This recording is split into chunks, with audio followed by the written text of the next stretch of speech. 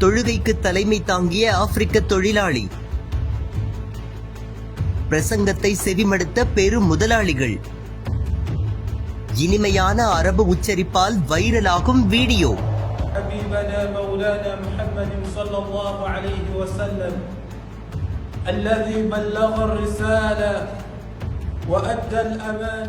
Qatar நாட்டில் முன்னர் நடைபெற்ற இந்த சம்பவம் தற்போது வைரலாகி வருகின்றது.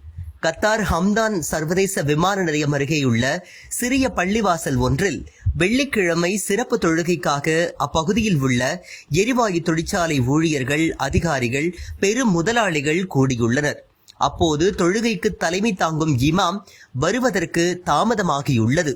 இந்நிலையில் அங்கிருந்த உகாண்டாவை சேர்ந்த அப்துல் ரஹ்மான் அப்துல் ரசீத் என்ற தொழிலாளி தனக்கு குத்பா பிரசங்கம் தெரியும் என்று கூறி தொழுகைக்கு தலைமையேற்றுள்ளார். அவரது இனிய அரபு உச்சரிப்பு மற்றும் அவரது உடை, இனம், நிறம், பிற வெள்ளை அரபு முதலாளிகள் அவருக்கு பின்னின்று தொழுதவை போன்ற பல விஷயங்கள் வைரலாக பரவின.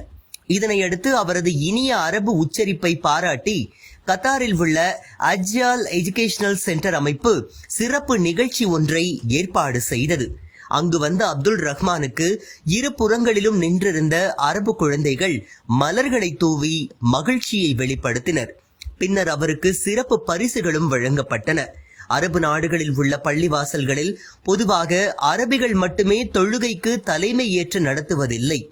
ஆசிய, ஆப்பிரிக்க நாடுகளை சேர்ந்த மார்க்க அறிஞர்களும் தலைமை இமாம்களாக இருந்து தொழுகை நடத்துகின்றனர்.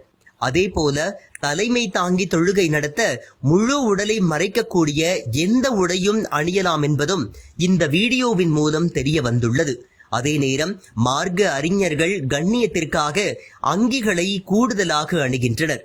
அரேபியா, பாரசீகம், துருக்கி உள்ளிட்ட பகுதிகளில் இஸ்லாம் பரவத் தொடங்கிய காலகட்டத்திலேயே ஆப்பிரிக்காவிலும் பரவ ஆரம்பித்தது. எனவே ஆப்பிரிக்க கருப்பின இஸ்லாமியர்கள் இஸ்லாத்தின் மூத்த குடிகளில் ஒன்றாக உள்ளனர். கடும் வறுமையிலும் இஸ்லாத்தை கடைபிடிக்கின்றனர். அதே போல வட இந்தியாவில் இஸ்லாம் பரவுவதற்கு முன்பே தமிழ்நாடு, கேரளா உள்ளிட்ட பகுதிகளில் பரவ ஆரம்பித்தது என்பது குறிப்பிடத்தக்கது.